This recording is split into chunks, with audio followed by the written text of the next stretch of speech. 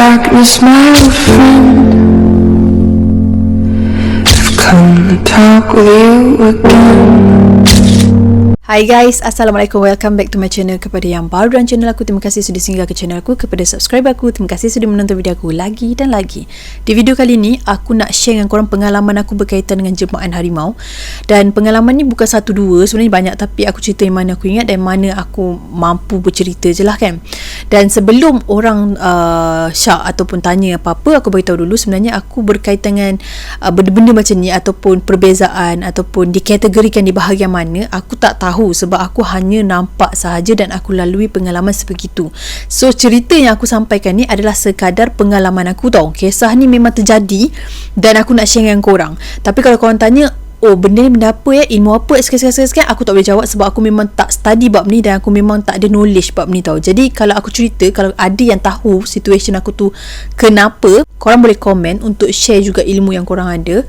Dan aku beritahu awal ni bukan apa, aku takut nanti bila orang dengar cerita aku macam ni, orang chat aku sebab orang nak tahu lebih lagi, sedangkan aku hanya lalui dan itu adalah pengalaman daripada mata aku yang nampak. Bukannya sebab aku ada ilmu tu, bukan sebab aku tahu itu ini.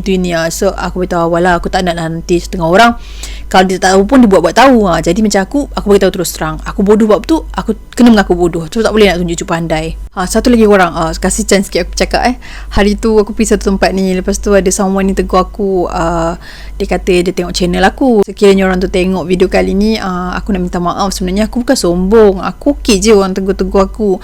Cuma aku ni ada anxiety kau tahu. Lepas tu aku ni ada macam mana aku, yelah sebab kita tak kenal kan, tiba-tiba orang tegur aku pula macam lupa, oh aku pernah buat itu, oh aku ada TikTok, aku macam lupa lah orang akan tegur aku. Sebab aku tak expect lah benda tu, sebab aku rasa aku ni bukan siapa-siapa pun untuk orang tegur aku. So aku tak tahu macam mana nak respon pada masa tu, agak awkward sikit keadaan. So aku nak minta maaf lah sekiranya bagi pihak dia nampak aku macam tak berapa friendly, aku tak berapa happening ke apa, macam nampak sombong ke, sebenarnya tak tahu. So sorry tau, and tense sangat-sangat sebab sudi tegur aku. Tanpa membuang masa lagi, aku nak share dengan korang pengalaman ni. Okay, kisah ni berlaku dah bertahun lepas, macam biasalah kisah ni.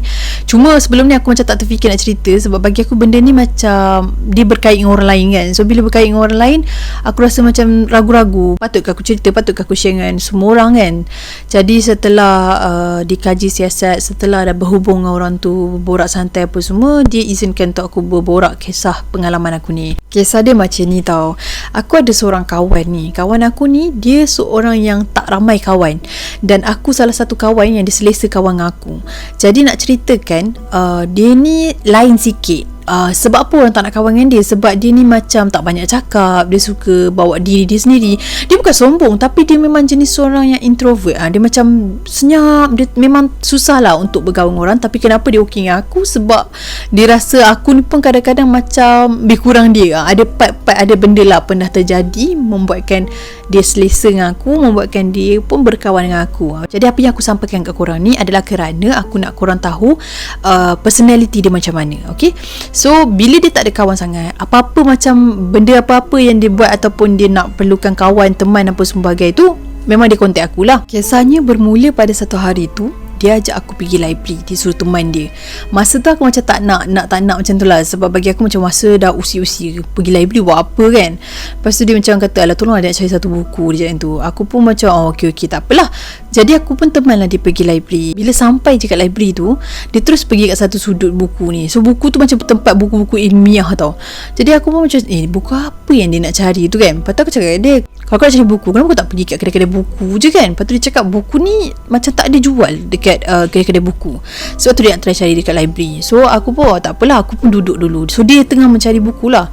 Sambil-sambil aku tengah duduk macam tu, aku nampak dia datang. Dia bawa beberapa buku tau. So masa dia bawa beberapa buku tu, aku macam dah pelik tau. Sebab buku-buku yang dia ambil tu buku-buku yang berkaitan dengan alam gaib. Kau tahu tak? Macam contoh je kan, macam siapakah syaitan, iblis, jin, macam tu contoh ataupun kenali lebih tentang alam satu lagi macam tu lah, buku-buku yang berkaitan dengan alam gaib. So buku-buku macam tu lah yang dibawa. banyak lah, ada beberapa buku lagi. Ada satu buku tu memang dah dapat season gila.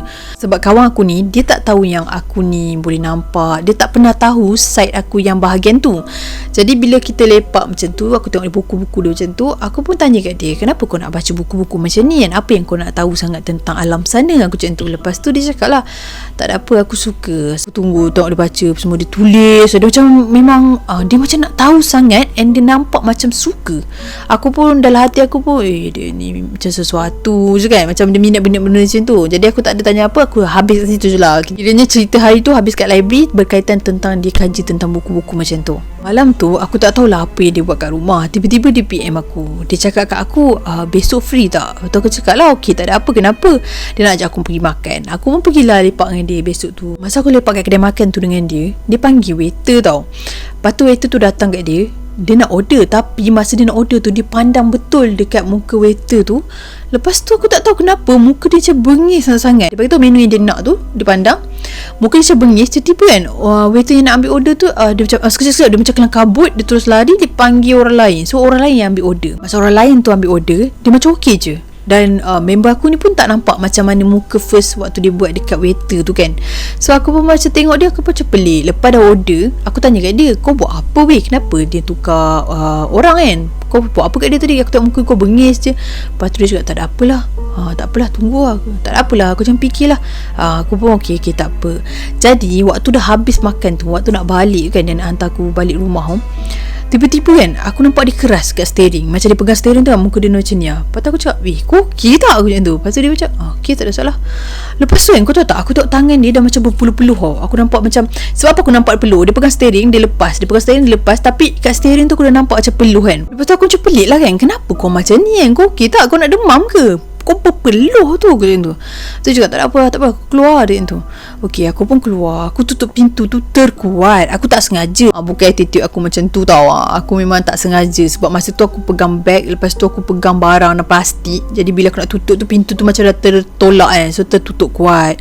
Lepas aku dah tutup kuat tu, aku lalulah depan kereta. Aku pandang dia, aku cakap, weh, sorry, aku tak sengaja kan, aku macam tu. Lepas tu aku tengok kat depan, aku tengok muka dia macam dia tengah pegang steering tu. Aku kat depan tu, kira dia buka lampu. Masa tu dah malam kan, dia pandang aku macam tu.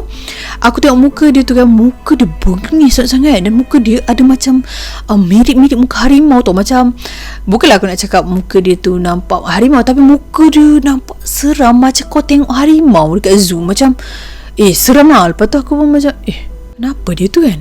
Aku tengok sekali tu. Lepas tu nampak biji mata dia macam lain tau. Dia tak nampak macam biji mata kita yang biasa tu. Lepas tu aku tengok, aku pun pergilah kat bahagian dia. Aku pergi kat bahagian dia, aku tekan kat tingkap tu. Aku cakap, weh, kau okey tak? Kenapa? Aku okey. Dia terus gerak. Dia gerak. Okey, aku pun masuk rumah apa semua. Malam tu aku rasa macam tak selesa kan. Aku pun check dia. Aku tanya kat dia, kau okey tak? Kau sihat ke? Asal tadi kau demam ke apa ke? Lepas tu dia cakap tak ada apa pun. Lepas tu aku cakap kat dia, aku nak tanya kau satu benda. Tadi aku tak tahulah ini imajinasi aku ke apa, tapi tadi kan aku tengok kau macam lain lah. Muka kau macam bengis, macam harimau. Aku macam tu. Lepas tu aku aku cakap macam tu lah. Tiba-tiba dia tak balas. Padahal dia blue tick, dia tak balas. Okey, tak apalah. Aku anggap macam, takkan dia terasa kan. Tapi biarlah, esok lah aku check balik kan. Aku fikir macam, kalau dia terasa, esok mesti okey kan. Jadi esok tu aku check dia. Aku tanya dia, weh, kau marah ke? Aku gurau je semalam, come on lah. Takkan gurau macam tu pun nak marah kan. Tuk dia mesej aku. Dia cakap, pas maghrib nanti kau free tak? Teman aku pergi silat boleh tak dia yang tu? Lepas tu aku pun macam dah pelik. Apa hal dia ni kan? Aku cakap sorry, dia tak balas. Tiba-tiba nak ajak teman pergi silat. Aku macam ini macam, aku dah macam fed up kan. Dia ni betul ke tak betul? Lepas tu kenapa? Kau pergi je lah sendiri. Kalau kau bersilat, aku nak buat apa? Aku macam tu kan. Lepas tu dia cakap, teman aku kejap je. Lepas tu aku pun okey, tak apalah kan. Aku macam malas pandai cerita. Aku anggap macam orang lelaki ni, kalau dia terasa ke apa ke, tak payah minta maaf apa semua, mungkin dia dah okey terus. Aku fikir macam tu lah. Jadi lepas maghrib aku memang teman dia pergi silat. Tapi aku terus pergi kat tempat yang dia nak pergi tu, sebab dekat je dengan rumah aku. Jadi aku tak pergilah suruh dia pick up apa semua. Aku pun pergi kat situ. Dia macam tempat lapang lah, macam terbuka macam tu. So aku sampai kat situ, aku nampak dia. Okay, jadi dia pun senyum-senyum kat aku macam tu, tunduk. Dia bukan senyum, dia macam tunduk lah, macam dia okey, kau datang macam tu kan. Okay, aku pun tunggu lah. Tengok dia. Bukan aku je tau, macam ada beberapa orang lagi yang tunggu juga tengok orang bersilat. Sebab masa tu macam dia tak tahu lah, dia bukanlah buat macam pertandingan ke apa, tapi ada beberapa orang juga yang tunggu. Mungkin tunggu pasangan ke, tunggu kawan ke, tak tahulah kan. So aku pun duduk. Masa aku duduk tu, aku tengok je lah keadaan apa semua tu kan. Tiba-tiba masa dia tengah berlawan buat silat, buka buah macam-macam lah aku tengok. Sebab aku tak apa tahu sangat silat ni. Jadi aku tengok lah macam-macam pergerakan dia orang apa semua. Tiba turn kawan aku ni, masa dia tengah berlawan tu, tiba-tiba dia cakap member yang dia nak berlawan tu, maksudnya pasangan dia tu lah kan, dia cakap macam tu. Semua orang terkejut. Aku macam, weh, apa hal dia ni? Gaduh. Aku macam, sebab sebelum kejadian tu aku macam sambil tengok, sambil main telefon macam tu kan. Jadi aku tak berapa perasan benda tu berlaku betul-betul. Sebab pantas kilat kau tahu. Tiba-tiba orang macam bising, orang bangun macam terkejut kan. Weh, lepas tu yang budak tu dah macam tu kan, macam tengok macam tu. Lepas tu aku ingatkan diorang gaduh lah. Jadi, weh, asal tu kan, kenapa pula ni? Aku dah jadi macam, aku nak pergi ke depan, aku macam fikir macam over pula kan. So kat situ ada tok guru dia. Jadi tok guru tu pergi dekat member aku ni. Dia pergi, dia pegang bahu member aku ni. Dia macam nak baca something lah kat kepala kan. Dia pegang bahu sebelah, pegang kepala sebelah macam tu, baca. Nak baca macam tu. Masa tu semua orang tengah tengok. Lepas tu tiba-tiba member aku ni mengamuk. Dia macam angkat tangan tok guru tu. Memang terangkat weh. Padahal tok guru tu perut buncit. Macam, sorry aku kena kutuk tau, tapi nak ceritakan berat lah, nampak macam badan berat kan. Lepas tu dia macam terangkat macam tu, terjatuh. So dia macam berlawan dengan tok guru dia tu tau. Lepas tu yang kena cakar tadi tu macam try nak tolong lah. Lepas tu tok guru tu minta tolong ahli-ahli lain ni untuk cover dia ni. Macam teruk lah, dia macam badan dia, tenaga dia macam terlalu kuat. So beberapa orang, ada dah lebih dari 10 orang macam tu, tahan dia tak boleh weh. Kuat gila-gila kau tahu tak. Lepas tu ada seorang tu macam tu, tiba-tiba dia mengaum, kau tahu tak, suara tu biji macam harimau. Sumpah seram weh waktu tu.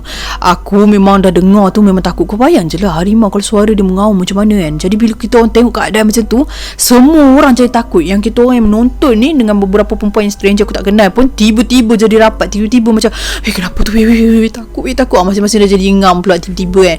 So kita orang pun duduk tepi. Jadi ada salah seorang daripada pembantu tok guru tu kot, dia cakap kita orang yang tengok ni, dia suruh duduk tepi jauh sikit. Dia macam tu, kalau nak balik boleh balik macam tu. Tapi aku macam fikir lah, tu member aku kan, macam takkan aku nak balik macam tu je. So aku macam, apa aku nak buat? Aku benar tak tahu. Sebab masa tu aku tak nampak apa-apa jemaah yang seseram tau. Macam masa diorang bersilat tu pun tak ada nampak benda-benda pelik lah. Biasanya macam dulu aku pernah lah juga tengok beberapa kawan aku silat. Aku pernah pergi kelas-kelas silat. Macam kadang-kadang ada jelmaan lain tau, macam bukan silat kosong tau. Tapi yang ini memang tak ada. Lepas tu tiba-tiba dia bergerak tu macam betul-betul macam harimau. Dia macam reaction cara dia bukan nampak buat-buat tau. Dia memang nampak real dengan bunyi suara dia mengaum. Jadi aku tak adalah kata dia tipu pada masa tu. Cumanya kenapa tiba-tiba macam tu. Sebab aku tak nampak apa-apa yang pelik pada masa tu. Sampailah tok guru tu baca-baca beberapa ayat apa semua, dia sempat melompat dekat satu pokok ni. Dia punya kuku tu lekat dekat pokok tu, padahal kuku dia bukan panjang pun. Macam mana dia boleh bertahan dengan badan dia yang agak gempal, bukan gempal, sadar ke, badan dia macam strong jugalah. Macam mana dia boleh bertahan kat pokok tu macam tu. Dia naik beberapa langkah lah, macam dia sempat naik sikit lah daripada paras pokok tu kan. Lepas tu semua orang terkejut. Jadi tok guru tu pun bukan biasa-biasa. Dia buat baca macam mana tadi pun pusing-pusing. Aku sempat macam tak berapa nampak kelibat dia. Tepis member aku ni, so jatuh, bawa ke tengah. Lepas tu baca-baca macam mana tak. Sebelum keadaan tu selesai, aku nampak satu jelmaan harimau. Dia berpusing. Macam contoh macam harimau tu melompat, pusing, hilang. Dia macam bayangan, tapi bukan bayang-bayang tau. Dia macam bayangan je tu, hilang macam tu. Jadi aku macam terfikir, ni ada kena mengena dengan saka ke kan. Aku macam terfikirlah. Sebab kalau kita faham pun benda-benda macam tu kan selalu macam tu. Sebab kita kan terdedah dengan cerita-cerita dongeng, cerita-cerita seram macam tu kan, memang macam tu. Tapi benda ni bukanlah aku nak maksudkan benda ni fake ke ataupun cerita dongeng. Sebab benda ni in real life memang ada kalau orang mengamalkan ilmu ke ataupun yang seperti aku cakap tadi lah. Tapi saka ni kita tak boleh main cakap je sebab takut jatuh fitnah kan. Tapi nak ceritakan, aku terfikir sebegitulah lepas aku nampak jemaah tu. Bila memang aku dah sedar yang bagus ni diorang ni, tok guru tu dengan ahli-ahli lain ni macam tiba-tiba tahu je apa yang patut cakap, apa yang tak patut cakap. Macam tok guru ni kan, bila dia sedar dia terus cakap, tak apalah, kau ni penat sangat ni kan, okey tak apa, kita berehat. Macam tu je lah. Jadi tak ada seorang pun yang bagi tahu kat dia apa yang berlaku tadi dan kenapa dia berubah. Aku pun tak tahu kenapa tok guru tu dengan kawan-kawan yang lain tu ahli silat yang lain ni tak bagi tahu kat member aku tu apa yang terjadi tadi. Dan aku faham mungkin kalaupun dia dah keluar, dia minta untuk semua orang yang tahu lah kot, sebabnya dia tak nak, mungkin ada sebab lah kenapa dia tak nak tuan badan tu tahu apa yang terjadi kat dia tadi. Jadi aku pun tak adalah gatal mulut pergi tanya, tadi kan kau tahu tak apa yang terjadi kat kau? Aku tak ada macam tu lah. Aku macam tiba-tiba auto faham lah dengan keadaan tu. So on the way balik tu kita orang jalan, jadi dia kira pun macam dia balik ke arah dia, macam aku nak balik tu kan, macam nak pisah tu. Aku cakap kau kita kau penat sangat ni, aku cakap tu kan. Lepas tu dia cakap aku okey tak apalah, okay, terima kasih weh datang apa semua. Okey, aku pun pisah dengan dia. Nak dijadikan cerita, malam tu aku tak tahulah apa masalahnya kan. Lepas aku dah balik pada tempat yang silat tu, aku mandi macam biasa, tak ada apa. Lepas tu masa tu memang aku solat isyak lewat tau. So settle tu dalam pukul 1 lebih macam tu baru aku nak tidur. So masa aku nak tidur tu, tiba-tiba aku dengar bunyi macam harimau. Dia bukanlah bunyi yang kuat tau, dia macam bunyi macam dia tengah kau faham macam tu kan. Aku macam terus bangun macam takkan harimau ada pula ni. Aku dah jadi macam berdebau, sebab dia lah binatang ni kan binatang yang buas kan. So kita memang takut walaupun kata bukan benda tu, walaupun bukan real harimau, still aku rasa takut. Jadi aku pun duduk aku baca ayat kursi. Habis je aku baca ayat kursi tu, aku dengar lagi macam tu. Aku pun macam buat relax, aku baring menghadap dinding. Jadi bila aku pandang dinding, aku cuba nak lelap macam tu lah kan. Tiba-tiba kau tahu, memang betul-betul macam ada orang nak cakap. Dia macam ni, umpama macam kau tahu tak kalau kau kena cakap dengan kucing, tapi kucing tu tak keluarkan kuku dia. Macam tu. Sentuhan macam tu terasa betul-betul kat bahagian peha aku.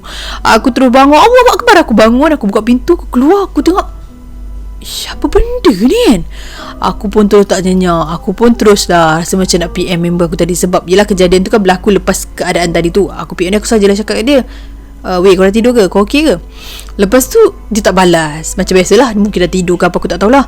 Jadi malam tu memang berkali-kali aku dengar bunyi. Lepas tu aku macam disentuh sebegitu rupa Jadi aku rasa macam apa yang berlaku sebenarnya. Tapi aku tak nampak jemaah yang pelik-pelik yang menakutkan ke apa. Habis kat situ je, kira gangguan dia macam tu kan. Sudah-sudah tidur. Jadi esok tu bangun je, aku dapat mesej. Dia kata dia dah tidur semalam apa semua. Dia kata dia tak ada masalah apa semua. Lepas tu dia kata kenapa? Aku cakap tak ada apa-apa. Okey, lepas pada tu peristiwa tu dalam 2 minggu lebih kot. 2 minggu ke seminggu lebih, aku sorry lah kalau aku tak ingat betul-betul, seminggu atau 2 minggu lebih macam tu gap dia. Aku tak bermesej dengan dia, dan dia pun tak contact aku langsung. Selalunya macam tak jauh gap dia, dan selang 2 hari, selang sehari, selang 3 hari macam tu dia chat aku, ajak aku pergi situ lah, pergi sini teman dia kan. Tapi tak ada langsung. Jadi aku faham macam mungkin dia dah tengah busy ke, ataupun dia tak sihat ke, apa yang berlaku kat dia, ataupun dia dah tahu ke kan. Dia malu dengan aku ke, aku tak tahulah. So aku tak tanya apa-apa. Sampailah satu hari tu aku bertembung dengan dia kat pasar malam, kau tahu tak. Okey, masa tu aku tengah jalan, tiba-tiba aku bertembung dengan dia. Tiba-tiba masa aku bertembung dengan dia tu, dia pandang aku, dia macam pandang aku lama macam tu. Lepas tu dia macam tak ingat aku tau. Lepas tu tiba-tiba baru dia cakap, weh kau, dia tu gimana dia tu, kenapa lah kau bawa balik kan. Lepas tu dia pun cakap dia tu macam kau sombong tu lah. Lepas pada hari tu tak kontak aku langsung. Aku cakap aku sajalah macam tu kan. Lepas tu dia cakap lepas tu dia belah. Aku pun cakap kenapa dia ni. Okey, tak apalah. Lepas tu sampailah jadi satu peristiwa tu. Masa tu dia jemput aku wedding adik dia kot. So member aku ni macam beria-ria kan. Dia kata tak apa, kau datang lewat pun tak apa kan. Janji datang lah, sebab kau yang satu-satunya rapat dengan aku apa semua kan. Jadi aku nak lah aku datang wedding adik aku ni. Lepas tu aku macam okey tak apa, tengok dulu macam mana kan. So petang tu sebenarnya aku dah macam free awal tau. Tapi aku macam fikir, kalau aku pergi pun majlis dah habis kan. Kau kan sampai pukul 4 lebih macam tu. Aku macam tu pukul 4 lebih aku dah memang dekat rumah. So sampai dah macam pukul 5 macam tu lah. Lepas tu dia kata weh datang lah jumpa mak aku kan. Tegur-tegur macam tu je. Lepas tu kau balik lah, sebab aku nak kenal kan dia tu. So aku macam fikir Lala dia kata dia dah sampai, dia ambil aku. Okey tak apalah, aku pun keluar dengan dia. Sampai kat rumah dia tu tak ada makanan apa dah, tapi aku makan makanan pengantin. Lepas tu masa aku lepak dengan dia tu, aku makan dah rumah aku tak makan dah majlis masa tu. Meja apa semua dah macam orang dah nak kemas kan. So aku makan dalam rumah dia. Jadi mak dia pun sembang dengan aku. Mak dia baik macam sembang-sembang. Lala mak dia tanya kat aku satu soalan, dah lama ke kenal dengan dia? Dah memang tahulah dia perangai macam tu, dah memang tahu ke sikap dia macam tu okey ke, pernah dah terkena ke dia tu. Lepas tu aku macam kenapa anak dia ni bahaya ke. Aku macam dah fikir macam penjenayah ke, aku macam terfikir macam tu lah kan. Kenapa makcik tak faham. Lepas tu aku macam terkena apa aku macam tu kan. Lepas tu dia cakap tak tahu ke dia tu. Lepas tu aku pun macam tahu apa Aku macam ragu-ragu benda mak dia nak cakap. Aku langsung tak terfikir yang mak dia nak cakap benda-benda lain. Tapi bila mak dia macam tu, tak apalah, makan-makan mak dia macam tu kan. Jadi aku pun macam dah settle semua. Aku macam terfikir-fikir lah since mak dia tanya macam tu. Bila nak on the way nak hantar aku balik tu, aku tanya kat dia, tadi aku sembang dengan mak kau, so mak kau tanya sesuatu yang macam pelik jugalah. Dia tanya macam seolah-olah aku ni macam tahu apa-apa tentang kau apa semua. Kenapa kau ada sejarah silam ke? Aku macam tu kan. So dia kata, oh mak aku cakap macam tu ke?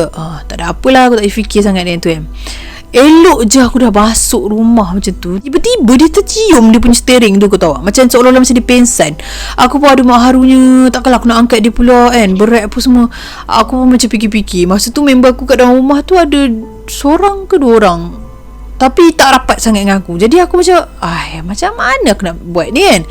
Aku dah macam fikir-fikir. Lepas tu aku macam, bangun lah, aku okey tak? Aku pun ambil air. Aku renji-renji kat dia, tak jadi. Lepas tu aku macam terfikir, hari tu dia kan macam jadi jemaah macam harimau apa semua kan. Mesti ada terkena-kena dengan benda tu. Aku pun buat air tu, aku baca ayat kursi, aku baca surah Al-Baqarah, aku baca ayat apa lagi yang aku pasal tu aku tak ingat ayat apa aku baca. Sebabnya aku tanya seseorang yang boleh merawat juga. Aku tanya, dia suruh baca yang ayat-ayat tu lah. Ada satu lagi ayat, aku tak ingat ayat apa selain pada surah Al-Baqarah dengan ayat kursi. Lepas tu dia suruh tiup kat air tu, basuh tangan. Macam yelah, sebab dia kan lelaki, takkan aku nak zas kat muka dia pula kan. Jadi aku buat macam renjis kat muka dia macam tu. Lepas tu ataupun jirus kat rambut dia, cakap kat umbun-umbun kan. Aku pun buat macam tu. Alhamdulillah, tak ada beberapa minit macam tu dia sedar. Bila dia sedar, dia cakap ni, apa jadi kat aku dia tu. Lepas tu aku terus cakap, aku macam tak adalah cover line dah macam mana yang terjadi dekat tempat silat tu kan. Aku cakap, kau cium kau punya steering, kenapa? Aku cakap tu kan. Lepas tu dia cakap, aku tak sedar tadi, sorry itu. Lepas tu aku ada berubah hak dia tu. Lepas tu aku cakap, tak ada asal. Lepas tu dia cakap, tak apa, okey lah, aku gerak dulu kan dia tu. Lepas tu aku macam pelik-pelik lah dengan dia. Memang aku macam pelik lah, tak faham kan. Sampailah satu hari tu, terlepas cakap, ada borak-borak dengan dia satu kes pemerintah lepak dengan dia. Aku terlepas cakap, tanya kat dia pasal silat tu. Rupa-rupanya dia sedar je. Maksudnya macam lepas kejadian tu, dia tahu apa yang terjadi kat dia. Sebab dia kata dia tengok badan dia macam lebam-lebam. Lepas tu dia tahulah, sebab dia je yang tahu kenapa dia jadi macam tu kan. So aku cakap, aku tak tahu apa-apa pun, tapi kalau kau nak cerita, okey je. Jadi dia cakap kat aku yang sebenarnya dia ni ada macam, dia tak cakap saka tau, tapi dia kata dia ada macam jemaah tu memang akan masuk kat badan dia bila masa. Sebab benda ni memang dah keturunan. Macam mana nak cakap, okey lah, untuk faham memang orang akan cakap saka harimau lah. Tapi untuk dijelaskan kat aku tu, dia tak cakap macam tu. Dia kata ini adalah perjanjian moyang di dulu tau. Jadi anak second last, anak lelaki yang akan continue, maksudnya continue dia punya turun-temurun tu lah, mewariskan benda tu. So aku macam tak faham sangat, sebab aku tak pernah berdepan dengan benda-benda macam ni. Jadi faham aku macam wujud ke benda tu kan. Tapi bila dia cerita A to Z, aku faham, barulah aku tahu. Al-Kisahnya dia cerita kat aku, benda ni sebenarnya dah lama dia macam tu. Memang di antara adik-beradik dia second last anak lelaki yang kena benda ni. So memang turun-temurun tau benda ni. Memang tak boleh buang. Dia kata dia ingat satu benda dulu masa dia kecil, dia pernah tengok bapa saudara dia keadaan jadi macam tu. So dia tahu benda tu. Jadi masa tu mak dia dah struggle habis-habisan untuk nak sembuhkan dia.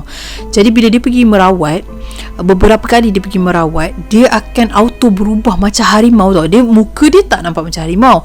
Dan kalaupun orang nampak muka dia macam harimau, bagi orang-orang yang macam boleh nampak, contoh dia macam aku macam daripada kecil aku memang boleh nampak kan. So ada time yang macam aku cerita tadi lah, yang masa yang lampu terpancar kat muka dia tu, aku nampak macam wajah harimau tu kan. So rupa macam tu kalau orang lain nampak, mungkin kalau yang jin tak nampak ataupun tak diizinkan Allah, dia tak akan nampak lah yang harimau tu. Dia akan nampak real manusia. Tapi karakter dia bawa tu memang sebiji macam harimau. Jadi bila aku nampak, so aku percayalah apa yang dia cakap tu. Sebab dia kata masa dia merawat, dia akan jadi sebiji macam harimau. Maksudnya karakter dia tu, maksudnya orang yang merawat dia tu, dia akan gerak dia, cara tangan dia, cara dia berjalan tu, cara dia memegang sesuatu, dia mencakap, kudrat dia semua totally macam harimau, tinggal lagi dia manusia. Kau faham tak? So benda tu akan terjadi kat dia setiap kali orang yang nak merawat nak buang benda tu. Jadi bila bila terjadi macam tu, bukan semua orang boleh rawat benda ni tau. Sebab benda ni kan turun-temurun, macam sesuatu yang daripada keturunan dia. Maknanya memang daripada asal nenek moyang dia dulu, bila dia nak turun berapa banyak generasi dah, nak buang dia tu bukan orang yang biasa-biasa lah yang boleh buat. So dia dah jumpa beberapa orang, tak dapat juga, benda tu tetap ada. Tapi beza dia, benda tu berkurangan, tak seperti awal-awal dia dulu. Awal-awal dia dulu, dia macam, yelah sebab masa dia membesar, dia ada syarat umur. Bukan waktu dia kecil dia dah dapat benda ni. Dia macam bila dia dah akhir balik, bila dia akhir balik, benda tu akan loop dengan dia dan dia kena kawal emosi dia. So mak dia, bapak dia ni dah macam tahu, and dia memang selalu pesan kat dia, maknanya mak bapak dia yang control, yang handle emosi anak dia tu, macam mana nak bagi tak jadi berterusan. So dia ni, dia kata dia boleh kawal. Dia kata pada satu fasa bila dia dah jumpa ustaz tu, macam benda tu dah berkurangan. Tapi benda tu macam mana, bila macam contoh dia marah, ataupun dia terlalu sedih ke, ataupun dia terlalu penat, sakit, benda tu mudah berubah. Maksudnya dia akan jadi macam tu. Seperti mana yang macam aku cerita tadi, yang dekat tempat silat tu kan, yang terjadi kat dia tu.